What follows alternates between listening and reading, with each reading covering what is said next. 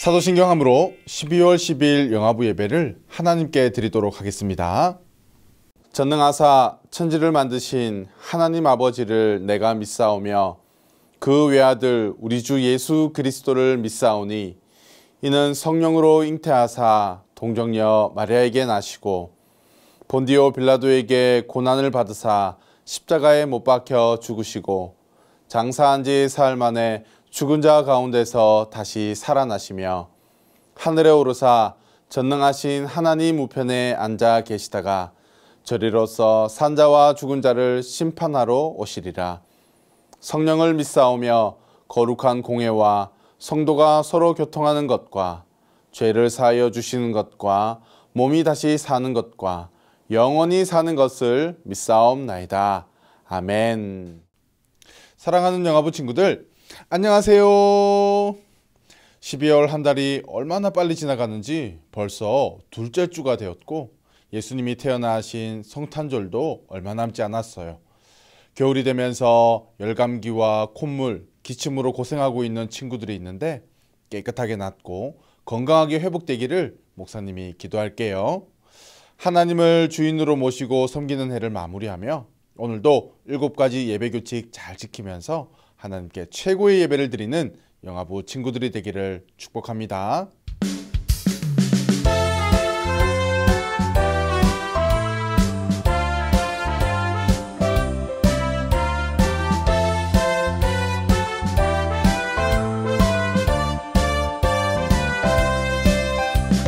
어흥사자 으르렁 곰도 무섭지 않아.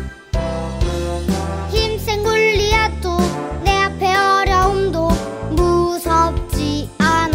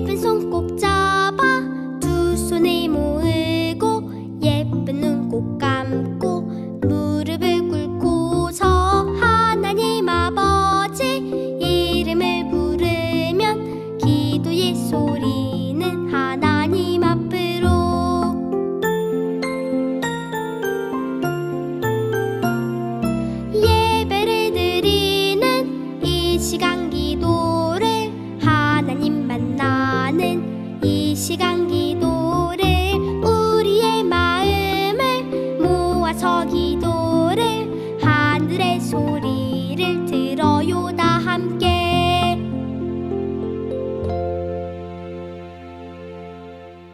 하나님 감사합니다. 주님의 날 우리 자녀들 부모님과 함께 하나님께 나와 예배 드릴 수 있게 해주셔서 감사합니다. 하나님, 지난주 삶 속에 살면서 말씀에 순종하며 살아가기를 원했지만 그렇게 살지 못했음을 고백합니다. 용서해 주시고 예배를 통해 새롭게 회복시켜 주세요. 하나님, 우리 자녀들 하나님 말씀을 잘 듣고 잘 실천하고 날마다 순종하는 삶을 살아 하나님의 기쁨이 되는 자녀들이 되게 해주세요. 자녀들을 양육하는 부모 가운데 함께 해주시고 지혜 주셔서 말씀을 잘 가르치고 하나님께서 주시는 복들을 온전히 누리는 가정들이 되게 해주세요. 여러 가지 문제로 기도하는 가운데 있습니다. 하나님 때에 하나님의 방법으로 응답하여 주시고 어떠한 상황 속에서도 감사드릴 수 있는 가정들이 될 수 있게 해주세요. 우리 대형교회와 말씀을 전하신 담임 목사님, 권두건 목사님에게 은혜 주시고 그 말씀 붙들고 매일매일 살아갈 수 있게 해주세요. 예배를 마치는 시간까지 함께 해주시고 감사를 드립니다. 살아계신 예수님 이름으로 기도드립니다. 아멘. 오늘 함께 나눌 하나님의 말씀은 이사야 6장 1절에서 13절까지 말씀인데요. 8절 말씀만 함께 읽도록 하겠습니다. 내가 또 주의 목소리를 들은즉 이르시되 내가 누구를 보내며 누가 우리를 위하여 갈꼬 그때에 내가 가로되 내가 여기 있나이다 나를 보내소서. 아멘. 목사님을 따라합니다. 하나님은 항상 선하시고 늘 나와 함께 하십니다. 사랑하는 영화부 친구들, 12월 영화부 말씀의 주제는 경청이에요. 경청이란 귀 기울여 듣는 것을 말해요. 오늘은 하나님의 부르심에 귀 기울여요 라는 제목으로 말씀을 나누려고 합니다. 우리 친구들은 누군가를 도와준 적이 있나요? 여기 도움이 필요한 사람들이 있어요. 할머니께서 무거운 짐을 들고 있는데 어떻게 도와드릴 수 있을까요? 무거운 짐을 같이 들어줄 수 있어요. 블록 장난감을 어떻게 해야 하는지 모르는 친구가 있다면 같이 장난감을 조립해 줄 수 있고, 엄마가 물건을 떨어뜨렸다면 떨어진 물건을 같이 주워줄 수 있어요. 오늘 성경 이야기에 보니까 하나님께서는 도움이 필요한 분은 아니시지만 우리가 하나님의 일을 돕기를 원하세요. 우시야 왕이 죽던 해에 하나님께서는 성전에 있던 이사야에게 나타나셨어요. 거룩하다 거룩하다 만군의 여호와여. 천사들은 하나님을 찬양하였는데 그곳에 바로 하나님이 계셨어요. 하나님께서는 내가 누구를 보내며 누가 우리를 위하여 갈 것인가 라고 물으셨어요. 그때 이사야가 제가 할게요, 저를 보내주세요 라고 말하며 하나님의 부르심에 대답했답니다. 그리고 이사야는 열심히 하나님의 말씀을 전하였어요. 하지만 이스라엘 백성은 하나님께로 돌아오라는 이사야의 말을 귀 기울여 듣지 않고 순종하지 않았어요. 그래서 하나님은 이사야를 통해 이스라엘 백성을 심판하려고 하셨답니다. 사랑하는 영화부 친구들, 우리가 만약 하나님의 말씀에 귀 기울이지 않는다면 우리도 이스라엘 백성처럼 하나님께 혼나게 될 수 있어요. 그럼 우리는 어떻게 해야 할까요? 하나님의 말씀을 경청해야 해요. 하나님의 말씀이 기록된 성경을 가까이 해야 하는 것이죠. 성경을 매일 읽으며 하나님의 말씀에 귀를 기울여야 해요. 왜냐하면 하나님께서는 우리에게 꼭 필요한 말씀을 그때그때마다 주시기 때문이에요. 무엇보다 목사님은 우리 친구들이 하나님의 말씀을 귀 기울여 듣고 이사야처럼 하나님의 부르심에 씩씩하게 대답하는 친구들이 되어서 이 세상에서 꼭 필요한 하나님의 사람들이 되시기를 예수님의 이름으로 축복합니다. 예수님의 이름으로 축복합니다. 아멘. 부모님들과 함께 말씀을 나누겠습니다. 2살 남짓 말이라는 것을 할 수 있게 된 다음부터 아이의 입에서는 싫어, 안 해 라는 소리가 나옵니다. 즉 부모의 의사를 따를 생각이 없다는 명시적 표현입니다. 그렇다고 해서 아이가 원하는 모든 것에 yes를 말할 수는 없습니다. 여러분, 한계 설정이라는 말을 들어보셨습니까? 우리 아이에게 꼭 가르쳐야 할 것 중에 하나가 바로 한계 설정입니다. 한계 설정이란 무엇은 되고 무엇은 안 되는지, 어디까지는 가능하고 어디서부터는 불가능한지를 정하고 지키는 일입니다.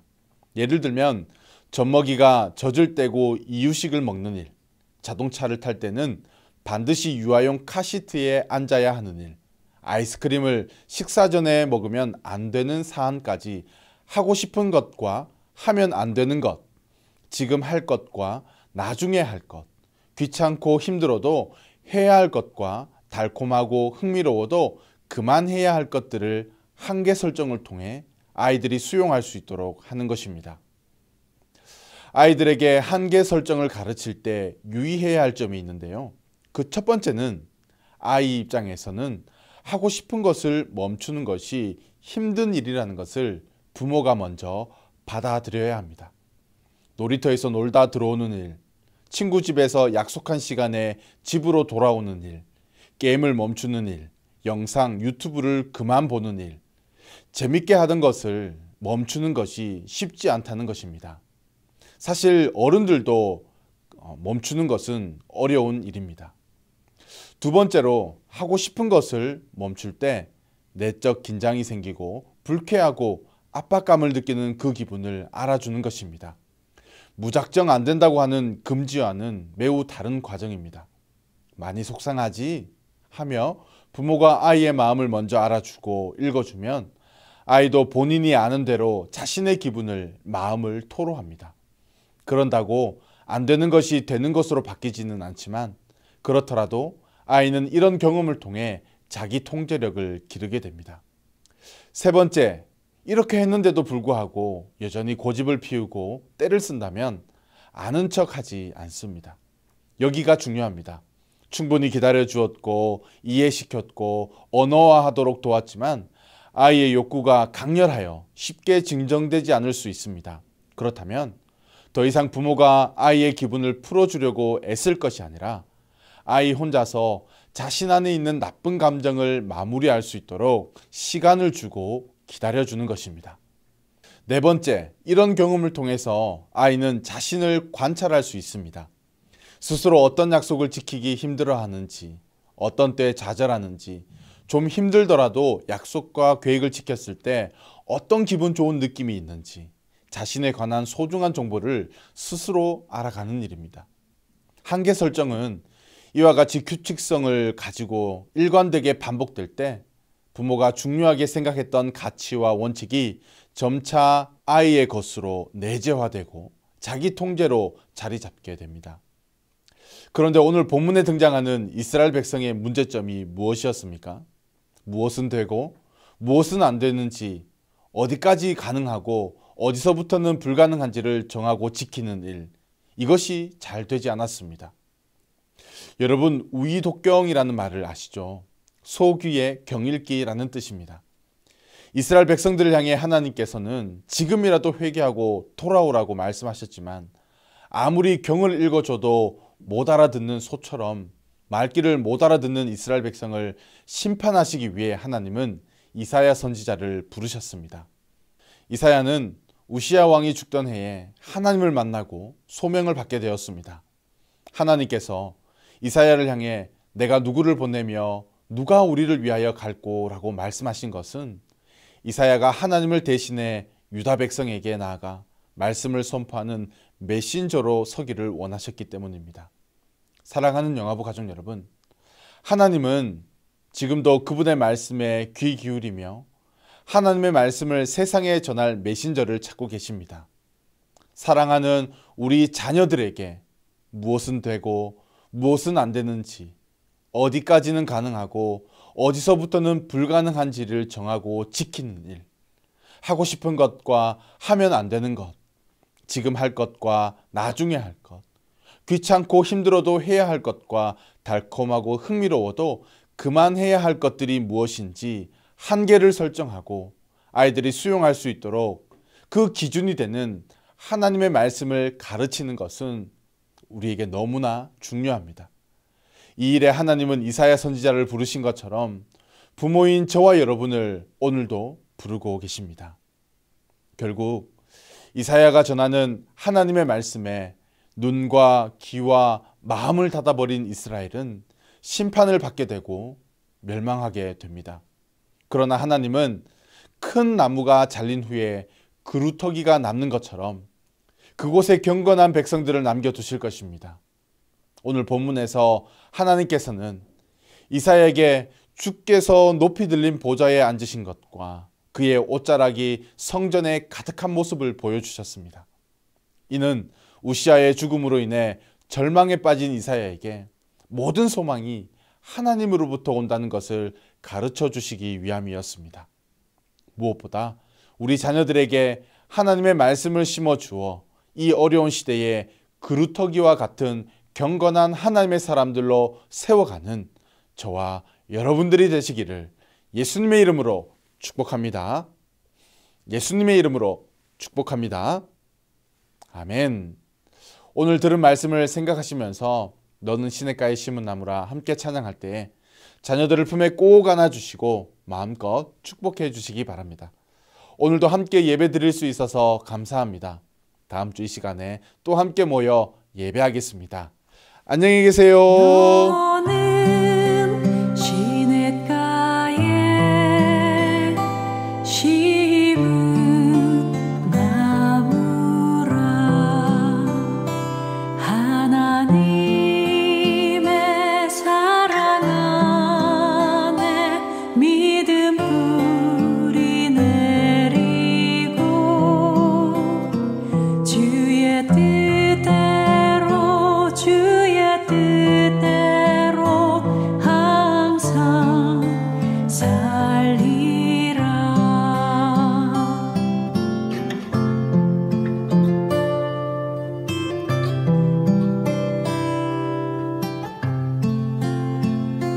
주의 시초를 쫓아 구원 열매 맺으며 주의 영화로운 빛 너를 보하리니 주의 뜻